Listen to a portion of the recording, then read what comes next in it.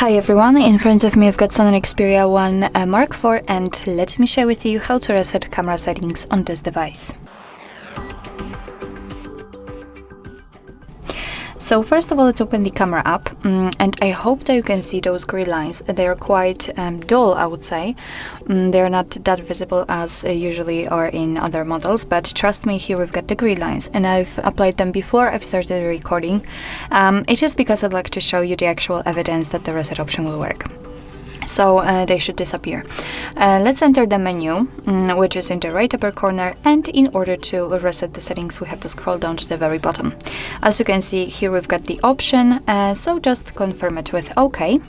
And as you can see here we've got the, let's say, the opening screen. Here we've got the info about the camera. Here your device will ask you if you want to save the location, and basically you will see those screens, those steps, if you will open the camera for the very first time. So this is the first sign that that we just successfully reset the settings.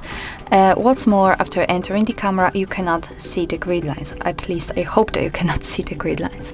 So it also means that we just successfully reset camera settings. So actually this is it. This is how to reset camera preferences in your SONY Xperia 1 Mark IV.